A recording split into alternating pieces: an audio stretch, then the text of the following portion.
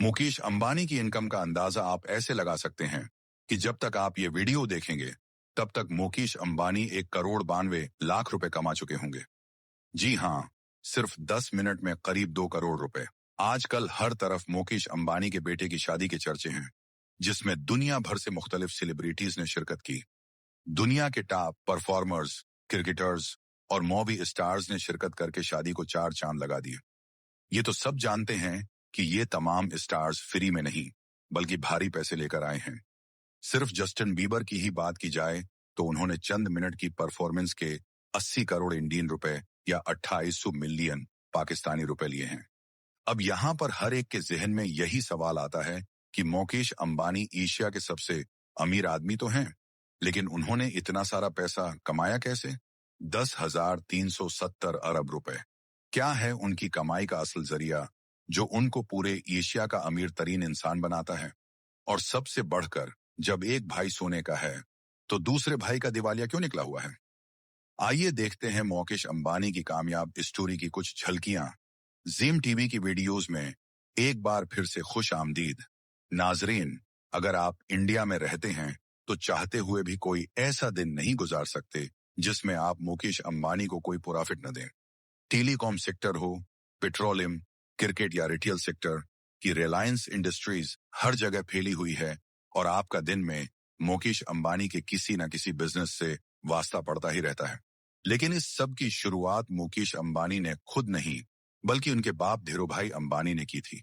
1950 में धीरूभाई अंबानी गुजरात से एक अच्छी जॉब के लिए यमन चले गए।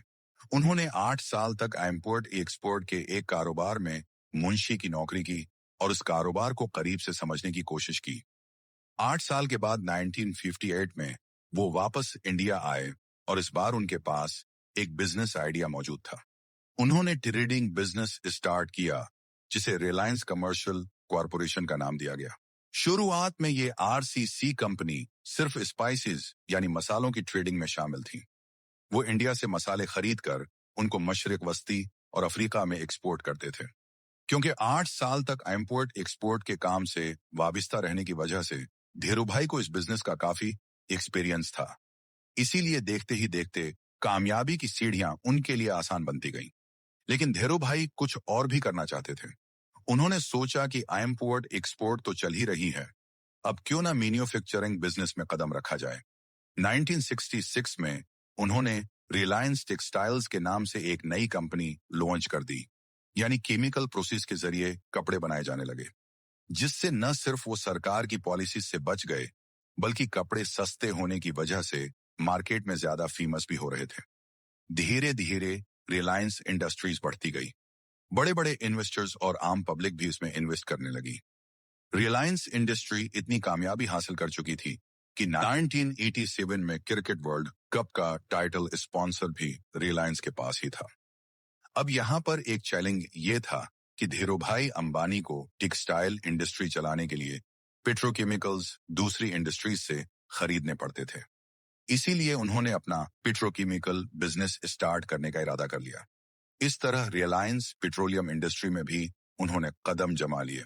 1986 जब धीरूभाई अंबानी बीमार हुए तो उनके दोनों बेटे अनिल और मुकेश अंबानी बिजनेस में उनकी हेल्प करने लगे और जब तक धीरूभाई अंबानी जिंदा रहे दोनों बेटे उनके नीचे मिलकर काम करते थे। मगर 2002 में जब धीरूभाई की मौत हुई तो एक नया डिस्प्यूट सामने आ गया। अपनी मौत से पहले धीरूभाई अंबानी ने अपनी जायदाद की तकसीम यानी उसकी डिवीजन के बारे में कुछ नहीं बताया था। तो अब उनके जाने के बाद रिलायंस इंडस्ट्रीज का कंट्रोल कौन संभालेगा? उसी सिलसिले में रिलायंस के बोर्ड ऑफ गवर्नर्स की मीटिंग कॉल की गई और इसमें फैसला हुआ कि ज्यादा कंट्रोल मुकेश अंबानी को दिया जाएगा और यही से दोनों भाइयों के दरमियान दरार पड़ गई। दोनों भाई आपस में लड़ने लगे और एक दूसरे से बातचीत खत्म कर दी।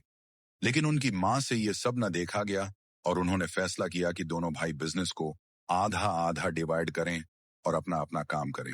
इस तरह 2005 में रिलायंस इंडस्ट्रीज को 2 भाइयों में डिवाइड कर दिया गया। रिलायंस ऑयल, गैस, पेट्रोकेमिकल और मैन्युफैक्चरिंग मुकेश अंबानी के हिस्से में आए और रिलायंस एनर्जी, टेलीकॉम और रिलायंस कैपिटल अनिल अंबानी को मिले। इस तरह यह प्रॉब्लम तो हल हो गई, लेकिन दोनों भाइयों के दरमियान इख्तिलाफात फिर भी चलते रहे और कई बार ये मामलात कोर्ट तक भी जा पहुंचे। मुकेश अंबानी ने अपने हिस्से के बिजनेस को मेहनत करके बढ़ाना शुरू कर दिया। उनके हिस्से में जो जामनगर पेट्रोलियम रिफाइनरी आई थी, उन्होंने उसकी प्रोडक्शन को बढ़ाकर उसमें state of the art manufacturing facilities install करके उसे दुनिया की सबसे बड़ी पेट्रोलियम रिफाइनरी बना दिया। सिर्फ यही नहीं, बल्कि इस इंडस्ट्री में एक और नई रिफाइनरी को भी शामिल करके रिलायंस पेट्रोलियम का प्रॉफिट मजीद बढ़ा दिया। उसके बाद मुकेश अंबानी ने रिटेल इंडस्ट्री में भी कदम रख दिया, जिसके चलते भारत में एक इनकलाब बरपा हुआ और पूरे इंडिया में स्मार्ट बाजार के नाम से डिस्काउंट स्टोर्स और सुपरमार्केट्स खोले गए, जहां कंज्यूमर्स को तमाम आइटम्स डिस्काउंट रेट्स पर एक ही जगह पर मिल जाया करते थे। 2008 में जब क्रिकेट की सबसे बड़ी लीग इंडियन प्रीमियर लीग का आगाज हुआ, तो मुकेश अंबानी उसमें भी कूद पड़े। आईपीएल की सबसे महंगी टीम मुंबई इंडियंस को खरीद लिया और ये टीम अगले कई सालों तक आईपीएल की मोस्ट वैल्यूएबल टीम रही। यहां तक कि जब कोरोना के दिनों में खाली स्टेडियम्स में मैचेस करवाए गए, तब भी मुंबई इंडियंस ने रिकॉर्ड प्रॉफिट जनरेट किया। 2016 में मुकेश अंबानी ने टेलीकॉम इंडस्ट्री में कदम रखा और यह कदम इतना भारी था जो टेलीकॉम इंडस्ट्री के दूसरे कंपटीटर्स को कुचलने वाला था। जियो के नाम से उन्होंने एक मोबाइल नेटवर्क लॉन्च किया, जिसमें कॉल्स, डेटा और मैसेजेस को पब्लिक के लिए फ्री कर दिया गया। क्योंकि यहां सब कुछ फ्री मिल रहा था, देखते ही देखते जियो के यूजर्स 450 मिलियन तक पहुंच गए और जियो ने जब 5G नेटवर्क लॉन्च किया तो यूजर्स की तादाद मजीद बढ़ गई। ये नेटवर्क अब 6G टेक्नोलॉजी पर भी दुनिया की बड़ी कंपनीज के साथ मिलकर काम कर रहा है। जियो की कामयाबी इतनी ज्यादा थी कि दूसरी टेलीकॉम कंपनीज ने जियो पर केस कर दिया। उनका कहना था कि जियो अपने कंज्यूमर्स को सब कुछ फ्री दे रहा है, जिससे मार्केट में कंपटीशन खत्म हो रहा है। उससे आप अंदाजा लगा सकते हैं कि जियो ने बाकी टेलीकॉम कंपनियों को किस हद तक हिट किया था।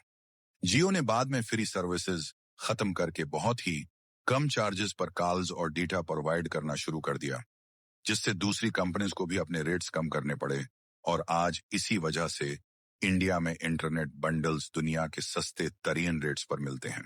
2024 में मुकेश अंबानी ने इंडिया की सबसे बड़ी मीडिया कंपनी बनाने का भी ऐलान कर दिया, जिसके लिए उन्होंने अमेरिकन एंटरटेनमेंट जायंट डिज्नी के साथ $8.5 बिलियन का कॉन्ट्रैक्ट भी साइन कर लिया है। और इसी तरह पूरे भारत में हर सेक्टर पर किसी न किसी तरह मुकेश अंबानी जरूर असरअंदाज होते हैं। मुकेश अंबानी की नेटवर्थ $122 बिलियन से भी ज्यादा है, जो 34,160 अरब पाकिस्तानी रुपए जबकि 10,370 अरब इंडियन रुपए के बराबर है। इस हिसाब से ये दुनिया के 11वें अमीर तरीन शख्स हैं। अगर इस लिस्ट में से अमेरिकन बिलियनियर्स का नाम हटा दिया जाए तो मुकेश अंबानी पूरी दुनिया के दूसरे अमीर तरीन शख्स कहलाए जाएंगे। अब जाहिर है, जब पैसे की रेल पील इतनी ज्यादा हो तो खर्चे भी फिर उसी हिसाब से होते हैं। मुंबई में मौजूद मुकेश अंबानी का घर, जिसे एंटीलिया कहा जाता है, बहुत ही फेमस है। ये एक 27 फ्लोर की बिल्डिंग है जो 37,000 स्क्वायर मीटर्स पर मुश्तमिल है। इसके अंदर मंदिर, सेलून्स, स्पा, थिएटर, जिम्स और हीलीपैड वगैरह सब कुछ मौजूद है। इन सब के साथ साथ ये दुनिया की लग्जरी तरीन गाड़ियों का एक शोरूम भी है। हाल ही में अनंत अंबानी की होने वाली शादी तो आपको याद ही है। एक अंदाजे के मुताबिक मुकेश अंबानी ने अपने बेटे अनंत अंबानी की शादी पर 5,000 करोड़ रुपए खर्च किए हैं। और ये सिर्फ एक अंदाजा है। 5,000 करोड़ हों या 10,000 करोड़, हकीकत यह है कि जिसके पास 10,370 अरब रुपए की दौलत हो, उसमें से 50 या 100 अरब निकालना ऐसे ही है जैसे जंगल में से 2-4 दरख्त काट देना। असल फिगर शायद कभी किसी को मालूम ही नहीं पड़ेगी। एक तरफ मुकेश अंबानी के पास तो पैसे की कोई कमी नहीं, लेकिन दूसरी तरफ उनके छोटे भाई अनिल अंबानी हैं, जिनको वालिद की जायदाद का आधा हिस्सा ही मिला, लेकिन आज उनका दिवालिया निकला हुआ है। एक्सपर्टीज का मानना है कि अनिल अंबानी ने तेजी से तरक्की पाने वाली एक्सपर्टीज अपनाई, जिसमें मुख्तलिफ सेक्टर्स में वो एक साथ तेजी से आगे बढ़ना चाहते थे। इस स्ट्रेटेजी की वजह से उनके खर्चे बढ़ गए, लेकिन जितना खर्चा हुआ इतना प्रॉफिट नहीं आया। दूसरा रीजन ये था कि अनिल अंबानी का ग्रुप इंडस्ट्री के मंझे हुए खिलाड़ियों से टक्कर ले रहा था। मिसाल के तौर पर रिलायंस कम्युनिकेशंस मार्केट में मौजूद एयरटेल, वोडाफोन और जियो से मुकाबला नहीं कर पाई और फाइनली बैंकरप्ट हो गई। तीसरा ये कि अनिल अंबानी की इन्वेस्टमेंट करने की पसंद और उनकी टाइमिंग हमेशा गलत साबित हुई। और सबसे बढ़कर अनिल अंबानी के ग्रुप ने खुद को डाइवर्स नहीं किया, यानी इस ग्रुप की ज्यादा आमदनी हाई रिस्क वाले सेक्टर से जोड़ी थी, जैसा कि इंफ्रास्ट्रक्चर और टीली कम्युनिकेशंस। जब बिजनेस मुख्तलिफ सेक्टर्स में फैला होता है तो बुरे वक्त में उनके पास किसी न किसी सेक्टर का सहारा मौजूद होता है। उन सब मामलात के साथ साथ अनिल अंबानी मुख्तलिफ लीगल मसलों में भी फंसे रहे। रिलायंस कम्युनिकेशंस ने एरिक्सन कंपनी के कुछ पैसे वापस करने थे और ये मामला मुंबई कोर्ट तक आ पहुंचा। कोर्ट ने अनिल अंबानी को 1 महीने के अंदर एरिक्सन के सारे ड्यूज क्लियर करने का आर्डर किया और अगर ऐसा न किया गया तो 1 महीने के बाद अनिल अंबानी को गिरफ्तार किया जाना था। लेकिन इस मौका पर बड़े भाई मुकेश अंबानी ने एंट्री की और पैसे अदा करके अनिल अंबानी की डील करा दी। ऐसे करते करते आज अनिल अंबानी की टोटल नेट वर्थ 0 है और ये स्टेटमेंट उन्होंने खुद यूके कोर्ट में जमा करवाई जब एक केस के दौरान कोर्ट ने उनको चीन के 3 बैंक्स को $719 मिलियन वापस करने का ऑर्डर किया। उम्मीद है ज़ीम टीवी की ये वीडियो भी आप लोग भरपूर लाइक और शेयर करेंगे। आप लोगों के प्यार भरे कमेंट्स का बेहद शुक्रिया। मिलते हैं अगली शानदार वीडियो में।